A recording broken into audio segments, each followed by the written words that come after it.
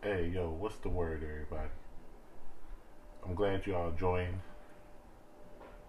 This is January 19th, 2021. It's a Tuesday, and we're familiar with the Corey Holcomb 5150 show being recorded usually on a Tuesday. They usually go live and then they leave the replay posted on their YouTube page for people to watch at their desire. Well, reason I'm giving you the date is because there's a lot of anticipation tonight um, for this episode that possibly will air.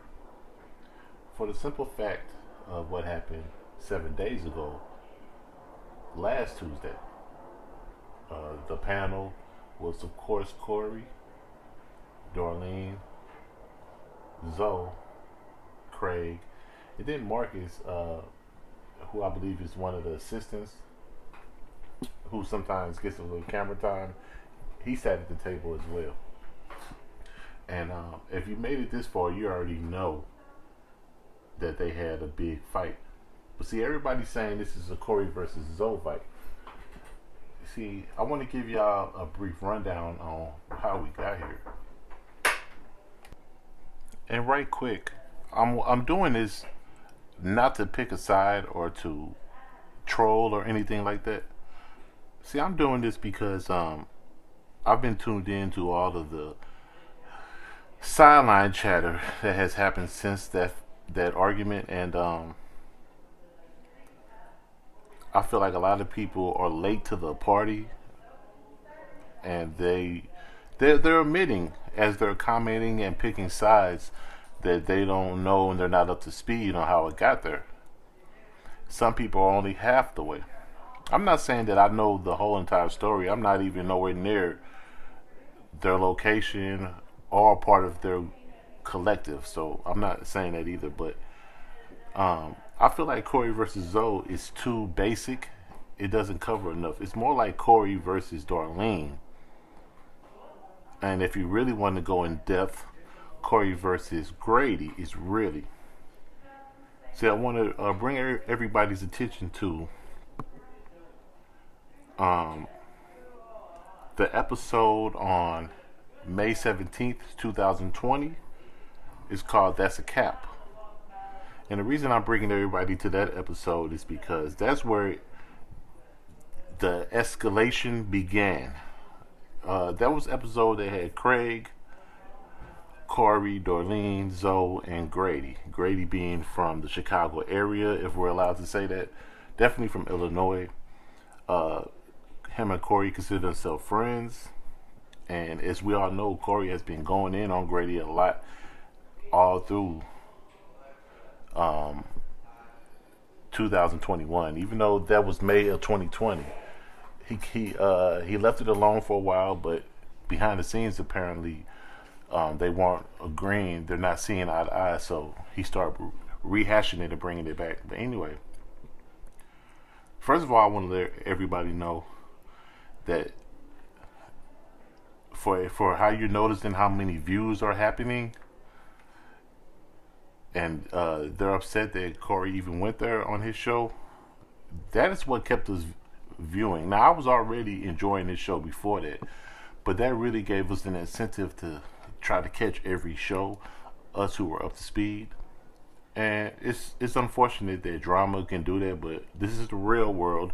We're not gonna lie that people want to see the car accident. You know what I'm saying? They want to see the car crash. So,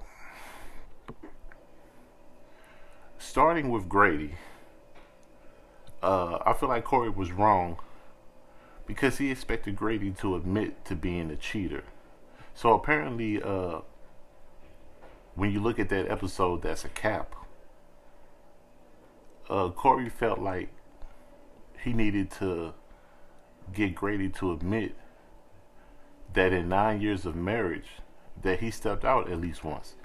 Grady made it clear that he wanted to keep the image of, I was with her for 9 years, and the reason we broke up will have never been anything to do with infidelity on my part.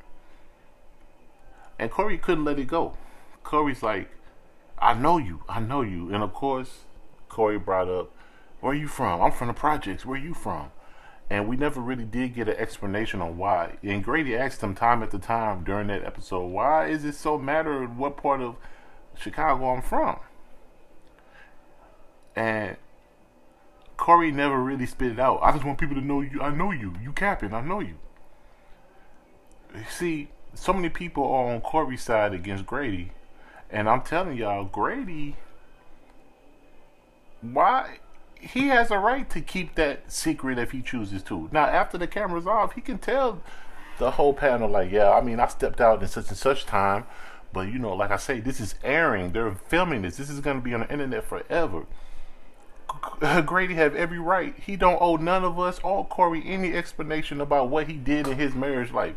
And for Corey to want to expose him so bad was, man, I ain't gonna tell you. I told my coworker what it sounded like to me, but I ain't gonna say that because you know what I'm saying. I'm not here to disrespect, but I might say that at the end of this video just to let y'all know how I really felt about why Corey wanted to expose him.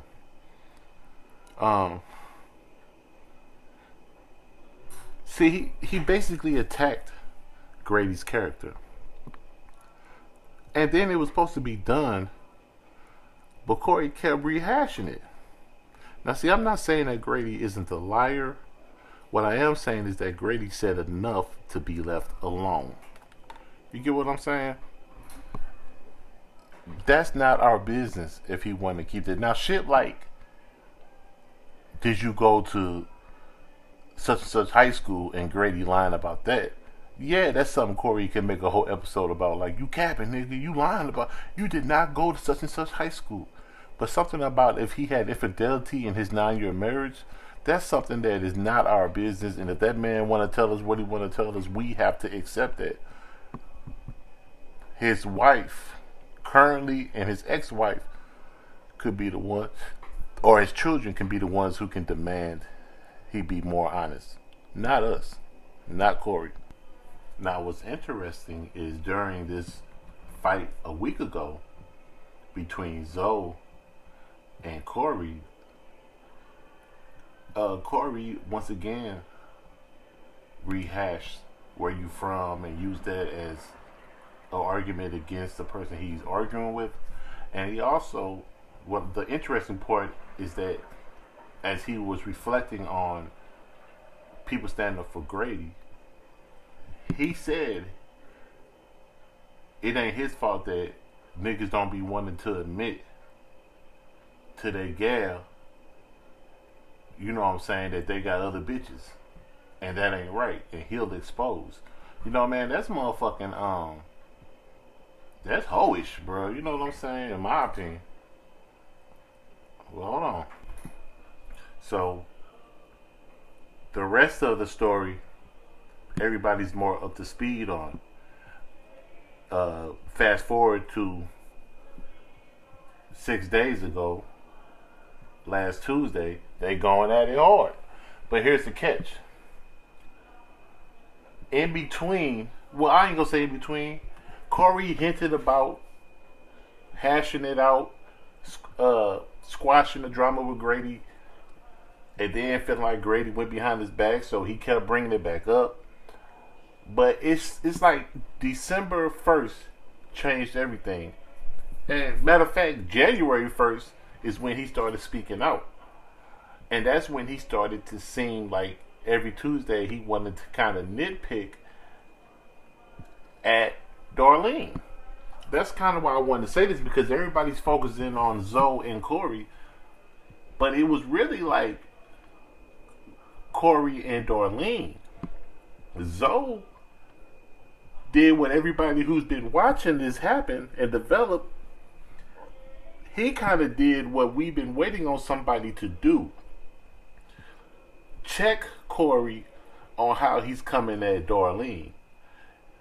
The reason why people wanted him to be made aware on how he's treating Darlene is not that Darlene is some damsel in distress who needs a whole lot of people to like save her and stuff like that, but the fact that what he was nitpicking at Darlene about was questionable. Like,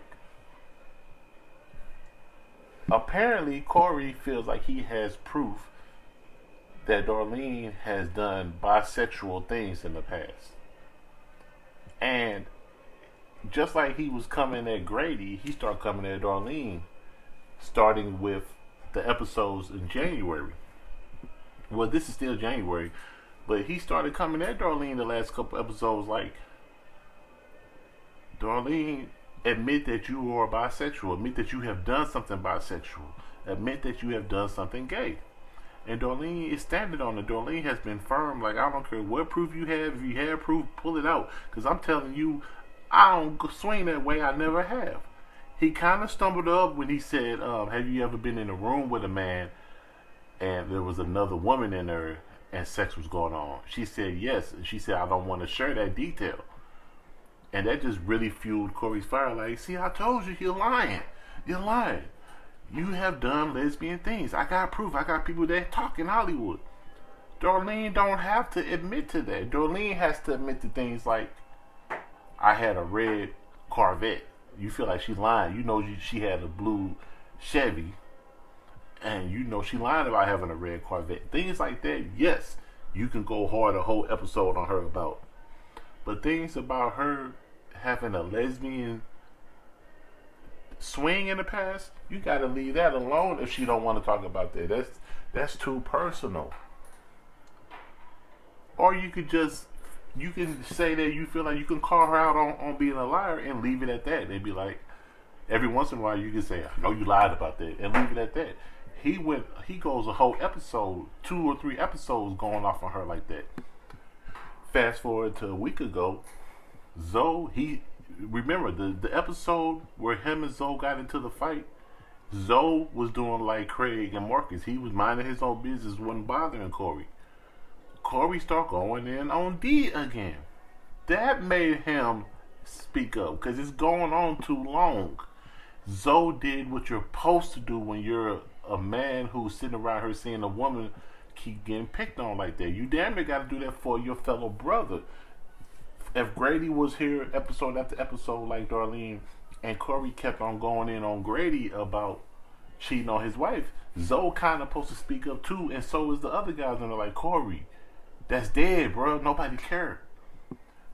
That is why people like Tommy Sotomayor, who did some uploads saying that he feel like Craig played himself like a sucker, and all his dick riding ass. And I like Tommy Sotomayor's channel. I'm not dissing him or his fan base, but they be dick riding. You know what I'm saying? Just like Corey fans be dick riding him. All fan bases seem to dick ride so hard that you can't be objective.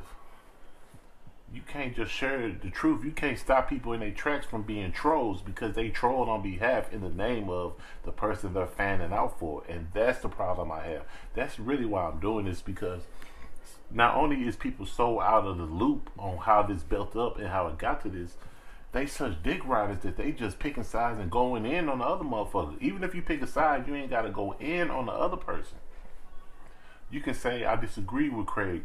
I disagree with Darlene. I disagree with Grady. I disagree with Zoe. I agree with Corey. You can just say that. But you don't have to go in on these motherfuckers. And, yeah, my point is, I'm about to wrap this up. My point is, Zoe kind of had to speak up. My brothers, my sisters. Zoe kind of had to. I'm sorry. I know women are hollering equality, and this would be a prime time to be like, no, you don't stand up for Darlene. Her and all these women out here, feminist rights, they want to be treated equal. Well, that's how it is. When somebody attacking you, you got to stand your own ground. I agree with that too. But to some extent, you have to speak up and say, hey, man, I fuck with both of y'all like Zoe did. I fuck with both of y'all like he did with Grady. I fuck with both of y'all, Corey. I hate to see y'all going through this. But, brother, I feel like we can call you out. Yeah, the Stephen A. thing, the Charles Barkley thing is something we can call you out on, since you always calling other people out. You hypocritical, bro. You capping, bro. That's a cap. You said all this shit about what you gonna do, no matter what the circumstances. Now you saying I had to be mature in the situation. Well, we understand. Of course you got to be mature in it, but that ain't the energy you've been bringing. And so Zoe wasn't trying to attack Corey. He was trying to say, bruh, what direction are we going in? Is this going to be continuing? And Corey, he went in on Zoe. And that wasn't right. And as far as I end, I do want to throw a shout out back to that That's a Cap episode where him and Grady fell out. You know, when Grady was trying to explain to him that he went to school with his baby mama, with Corey baby mama, him and his little sister went to school with Corey baby mama. You know, he made a mention of, I'm not lying, Corey. I know your baby mama. I know her guy she with now. I know the nigga that raised your son. And Corey has never admitted it, but that hurt him. That was a great knock on Corey by Grady. That was an all-time great. Now, in fairness to Corey, that was a hell of a comeback he had, even though I think it was a little bit later in the broadcast. But he was like, "That's cool, nigga. I appreciate that, and I get that nigga a job." You know, he kind of bossed up on the fact that, yeah, this nigga raised my son, but he's still beneath me. He raised my son because I was out here doing boss things. I ain't had time. You know what I'm saying? So both of them got a good check on that. But you know what I'm saying? Though I thought that was a good honorable mission. So yes, Corey versus Zoe did happen, but it's more like Corey versus Darlene, and Zoe caught collateral damage by speaking up and trying to bring context and understanding and comprehension to what was going on. Hey guys, I hope I didn't bore you. My apologies if I offended anybody, man. I hope y'all can continue to come back and holler at your boy. Listen to some of my content and see if you like it. Other than that, peace.